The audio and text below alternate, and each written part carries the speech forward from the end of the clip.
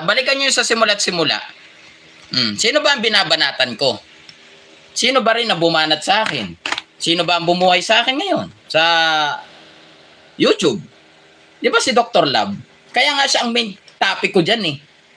Nang halos, sumausaw. Sino sumausaw? Dindo Balyaw. Kaya naging dalawa sila. Di ba? Kaya naging dalawa sila. Una, si Doklat. Sumausaw, etong nagmamagaling yung reactor, defender na si Dindo Balyaw. Kaya naging dalawa sila na halinhinan. Kahit medyo binabangaw, etong si Dindo Balyaw. Hanggang sa nawala na itong si Dindo Balyaw. Oh. Diba? Ngayon, sino ang pumalit kay Dindo Balyaw? Ikaw, Tatang Hulyo. Ikaw ang pumalit. Alam mo kung bakit? Nakialam ka eh, nakisawsaw ka. Baka nakakalimutan mo na agad. Tatang Hulyo. Sa live mo. Bakit hindi mo i-monitor yung live mo? Yung sinabi mo mismo. Kung bakit doon nagsimula na madamay ka. Ano sinabi mo doon sa issue namin ni Doklat? Di ba binigyan mo ng reaction yun? Binigyan mo ng opinion, pinahapyawan mo. Ay, kilala nyo naman yan. Kaya ginagamit lang yan ganyan para lang, di ba? Banatan lang ang kalingap kasi hindi nakakamubon yan. Di ba yun ang ano mo sa akin? Hindi mo naman alam eh kung ano sinabi ni Doklat. O siguro baka marahil alam mo. Diba? Unang-unang mali yung kwento ni Doklat. About doon sa pagbanggit sa akin. At saka ilang beses niya ako binanggit ng binanggit. Diba? Ikaw ang unang nakikisawsaw dyan. Tatang Hulyo. Sus, ginoo ko naman. Tanda-tanda mo na. Mamanipulahin mo pa. Anak sa iring naman. Kung pwede ko lang ipakita dito yung video mo na sinasabi yung mismo. Kasi nakasave yan sa cellphone ko. Kaso anong gagawin mo? Diba? Di tatahimik na naman to. Diba? Mahirap yung ganon. May kailangan natin maging wise ngayon. Diba? Pero pag bumalik yung isa at hindi ka nanalo, doon mo malalaman kung bakit ka nadamay. At alam ko sa sarili mo yan. Na ikaw yung nauna.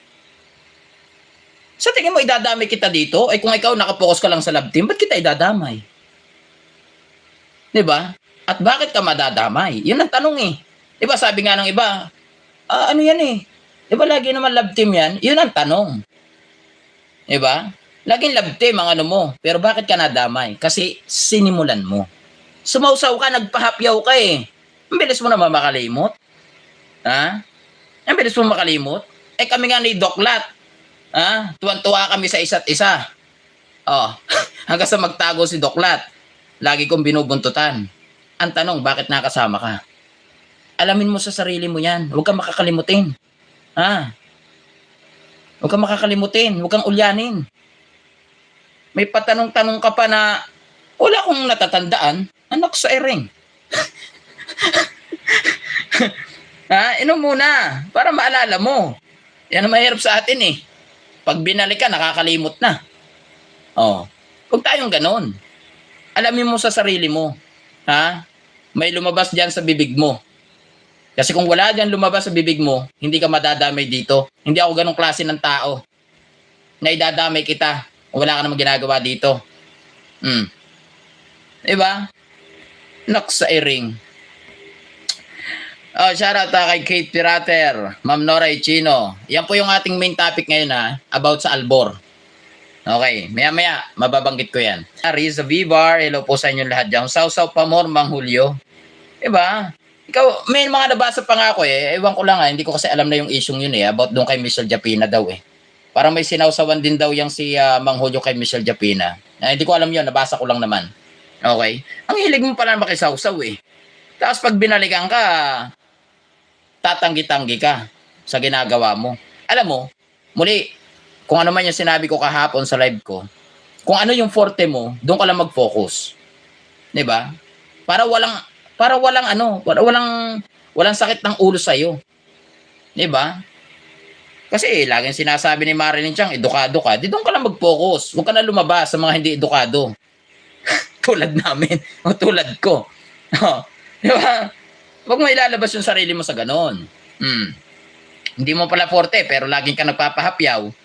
Tapos pag ikaw naman ang nabalikan sa mga pahapyaw mo, bigla kang makakalimot. Wag ganon.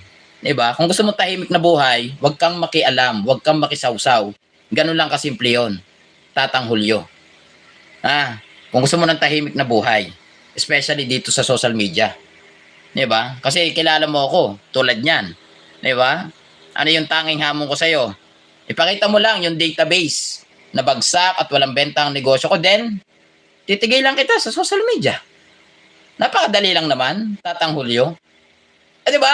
I-comment nyo napakadali lang ng aking para lang tumigil ako sa kaka-content sa'yo o kakaribat ko sa'yo. Napakasimple lang, Tatang Hulyo. Ipakita mo ang resibo, database na accurate mismo sa BIR. Ipakita mong bagsak ang negosyo ko at walang benta. Kaya bumalik ako dito sa YouTube, sa social media. Kasi walang pang papa. Yun lang, napakasimple lang Simple nga ng hamon ko eh. Diba? Ang simple lang ng hamon ko. Sa'yo, Tatang Hulyo, database lang. Diba? Napakasimple. Alam mo kung bakit? Alam mo kung bakit, Tatang Hulyo, kung bakit ko nasasabing napakasimple lang? Kasi simple mo nga lang ding binanggit eh. Diba? Napakadali para dyan sa bibig mo na lumabas yung bagay na yun na kaya lang naman bumalik yan eh. Bagsak na negosyo. Walang benta. Kasi walang papa. Aminin mo na, kapitot. Diba sabi mo? Napakabilis na lumabas sa bibig mo yung bagay na yon. Kaya dapat, ganun din kabilis na maipakita mo ang resibo na bagsak ang negosyo ko at walang benta kung bakit nandito ako ngayon. Kahit alam mo sa sarili mo ang pinagmulan kung bakit bumalik ako sa YouTube. It because of Dr. Lab na hindi nyo mapuna na siyang bumuhay sa channel ko. Pero, ang problema kasi sa'yo, Tatang Hulyo, ini-insist mo pa rin. Bakit? Bagsak na ba ang negosyo? Walang benta. Walang pampapa. Tapos pag ikaw ang binalikan, ang dating sa'yo, pang insulto, yung mga banat ko, alamin mo muna kung talagang totoo na edukado ka, ano ang ginawa mo sa kapwa mo? Nang insulto ka ng kapwa mo. Tapos nung ibinalik sa'yo, anak sa iring. Diba?